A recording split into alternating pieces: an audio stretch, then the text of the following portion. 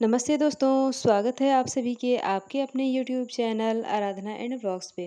दोस्तों, आज की वीडियो में हम सावन महीने के तीसरे सोमवार व्रत की कथा को सुनेंगे। तो चलिए दोस्तों, कथा को सुन लेते हैं। कथा कुछ इस प्रकार है।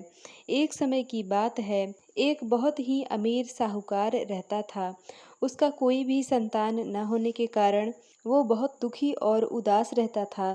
संतान की प्राप्ति के लिए वे प्रतिदिन प्रति सोमवार को व्रत रखकर भगवान भोलेनाथ की पूजा करता था और शाम के समय भोलेनाथ के दर्शन के लिए मंदिर जरूर जाता था। उसकी भक्ति को देखकर माता पार्वती अति प्रसन्न हुई और भगवान शिव से कहा कि हे स्वामी, वो मनुष्य आपका परम भक्त है, कृपा करके उसकी मनोकामना को पूर्ण करें। भोलेनाथ बोले कि पूर्व जन्म के कर्मों के कारण इस साहूकार का कोई भी संतान नहीं है। लेकिन माता पार्वती नहीं मानी और भोलेनाथ से हट करने लगी। तब शिवजी उस साहूकार के सपने में आए, उसे पुत्र होने का वरदान दिया और ये भी बता दिया कि उसका होने वाला पुत्र कम आयु लेकर जन्म लेगा। उसकी मात्र 16 वर्ष तक की ही आयु होगी। वो साहूकार प्रसन्न के साथ साथ चिंतित भी हुआ और ये सारी बात अपनी पत्नी को बताया।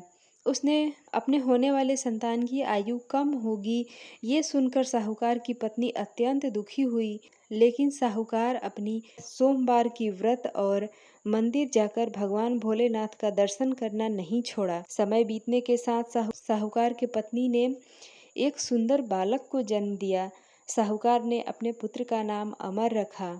जब वो बालक 11 वर्ष का हुआ तब साहूकार ने उसके मामा के साथ विद्या ग्रहण करने के लिए काशी भेज दिया। रास्ते के लिए साहूकार ने उन्हें कुछ रुपए पैसे दिए और कहा कि जहाँ भी वो रात्रि को विश्राम करेंगे वहाँ यज्ञ करके ब्राह्मण को भोजन जरूर कराना। इस तरह मामा और भांजा एक नगर में पहुँचे। वहाँ के राजा की बेटी का उसी दिन विवाह था, परंतु जिस लड़के से राजकुमारी का विवाह होना था वो काना था। ये बात किसी को पता नहीं थी। इसलिए उस दूल्हे के पिता ने अमर से दूल्हे के स्थान पर बैठने की प्रार्थना करने लगा। मामा के कहने पर अमर तैयार हो गया। इस तरह अमर का विवाह राजकुमारी से हो गया।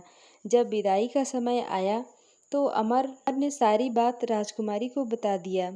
उस राजकुमारी को उसने पिता के घर ही छोड़ दिया और स्वयं अपने मामा के साथ काशी चला गया विद्या ग्रहण करने के लिए।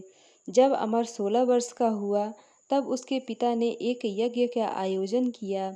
यज्ञ पूरा होने के बाद ब्राह्मणों को दान दक्षिणा देकर भरपेट भोजन करवाया। उसी रात जब अमर सो रहा था तभी अमर की मृत्यु हो गई। ये सब देखकर अमर का मामा जोर जोर से रोने लगा। उसी समय भगवान शिवजी और माता पार्वती वहाँ से गुजर रहे थे।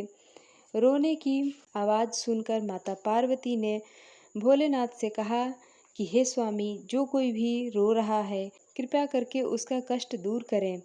भोलेनाथ बोले कि ये वही साहूकार का पुत्र है जिसे मैंने 16 वर्ष तक जीवित रहने का वरदान दिया था।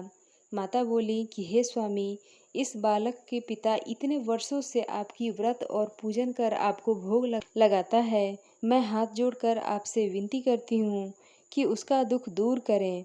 माता पार्वती के प्रार्थना को स्वीकार कर भगवान भोलेनाथ ने अमर को जीवन दान दिया। दान प्राप्त होते ही अमर जीवित हो गया और अपनी बची हुई विद्या ग्रहण किया और अपने घर के लिए चला गया।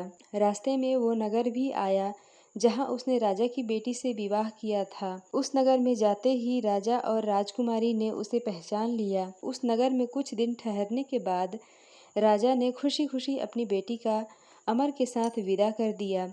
उधर साहूकार और उसकी पत्नी को रो रो कर बुरा हाल था, क्योंकि वो जानते थे कि 16 वर्ष की आयु में उसके बेटे की मृत्यु निश्चित थी, क्योंकि ये बात स्वयं भोलेनाथ ने कही थी।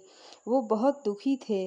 एक दिन अमर अपनी पत्नी के साथ घर पहुंचा तो उसके माता पिता अमर को जीवित देखकर दोनों बहुत ही प्रसन्न हुए और भगवान भोलेनाथ और माता पार्वती को धन्यवाद दिया।